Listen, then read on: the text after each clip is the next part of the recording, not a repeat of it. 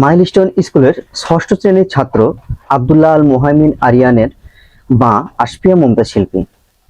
স্কুলটিতে বিমান বিধ্বস্ত হওয়ার পরদিন সকালে মাঠে দাঁড়িয়ে ওই ভবনটির ক্ষতচিহ্ন দেখছিলেন।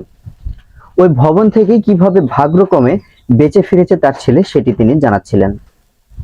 আশফিয়া মমতাজ শিল্পী বলেন, প্রতিদিন স্কুলে যাওয়ার সময় তিনি ছেলেকে ব্যাগে টিফিন পাঠান, তবে সোমবার ছেলেকে টিফিন দিতে পারেননি, তাই তার কাছে টিফিনের জন্য টাকা দিয়েছিলেন। তিনি বলছিলেন, আমি ছেলেকে বললাম, আজকে তোমাকে টিফিন দিলাম না, টাকা নিয়ে যাও, স্কুলে গিয়ে কিছু কিনে খাইও। পরে ও যখন নিচে নামতেছে তখন ওর স্যার ওরে নিচে নামতে নিষেধ করেছিল। তখন ও বলছে, আমার কোচিং আছে, কিছু না খেলে 3টা পর্যন্ত থাকতে পারবো না। পরে স্যারকে গিয়ে অনেক জোরাজুরি করার পর ও যখন নিচে নেমে আসছে, সাথে সাথে ওর স্যার এবং আরেক বন্ধু নিচে নেমে আসছে। নিচে নেমে আসার একটু সামনে আগাতেই বিকট শব্দ। ভবনের সামনেই একটি গাছ। সেখানে গাছটি দেখিয়ে মিস শিল্পী বলছিলেন, ওই যে দেখেন না গাছ, ওই গাছটার কাছে যখন ছেলেটি আসে তখন আমার আরিয়ান দেখে আগুন আর আগুন, চারিদিকে ধোঁয়া ও দৌড়ে স্কুলের বাইরে বের হয়ে যায়।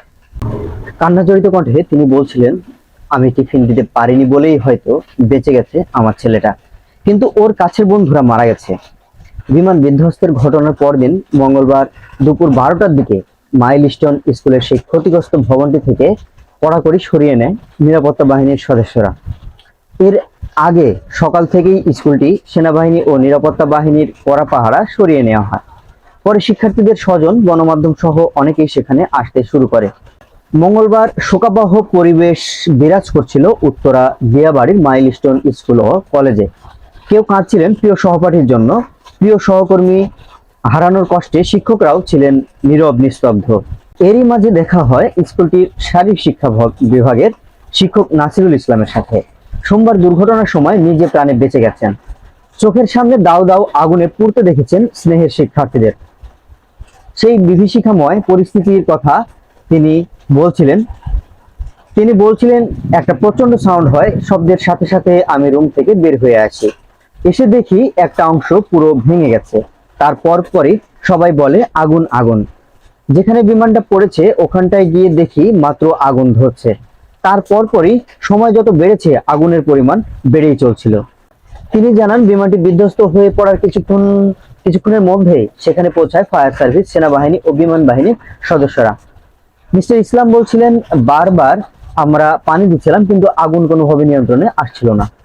কিছুক্ষণ পরে আমার হাতের বামে দেখি অনেকগুলো স্টুডেন্ট আমার নাম ধরে ডাকতেছে, বলতেছে, স্যার আমাদের বাঁচান। পরে আমি সহ কয়েকজন গ্রিল ভেঙে 12-13 জনকে উদ্ধার করি। প্রায় আধা ঘন্টা পর আমি আমার ডিপার্টমেন্টে আসি। আমার ডিপার্টমেন্টে আসি যখন, তখন আমার পিয়ন বলে, স্যার ডিপার্টমেন্ট পুরোটা ভেঙে গেছে। বলছিলেন তিনি। স্কুলটির শারীরিক শিক্ষা বিভাগেই নাসিরুল ইসলামের অফিস। বিধ্বস্ত ভবনে সেনাবাহিনী ও বিমান বাহিনী উদ্ধার অভিযান শুরু করায় নিজ বিভাগে ফিরে আসেন তিনি। তারপর ভেতরে ঢুকে দেখি আমার ডেস্ক পুরোটা দুমড়ে মুচড়ে ভেঙে গেছে। উপরে দেখতে পাই প্যারাশুট। তখন গুঞ্জন আসলো, প্যারাশুট থাকলে মানুষ আসতে পারে, বলছিলেন মিস্টার ইসলাম। তিনি বলছিলেন, বিমান বাহিনীর লোকরা সার্চ করে দেখে আমার ঘরের এক কোণায় পড়েছিল পাইলট। টিনের চাল ভেঙে আমার ঘরের মধ্যেই পড়েছিল পাইলট। সেখান থেকেই উদ্ধার করা হয়েছে পাইলটকে।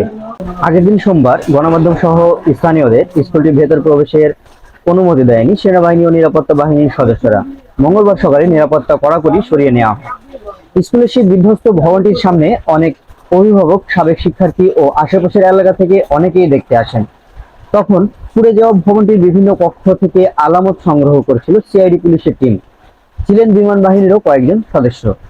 দুপুর 12টার দিকে সেখান থেকে নিরাপত্তা বাহিনীর সব সদস্য সরে যাওয়ার পর মাইলস্টোন স্কুল ও কলেজের স্বেচ্ছাসেবকরা ভবনটিতে নিরাপত্তা বেষ্টনী তৈরি করে রাখে।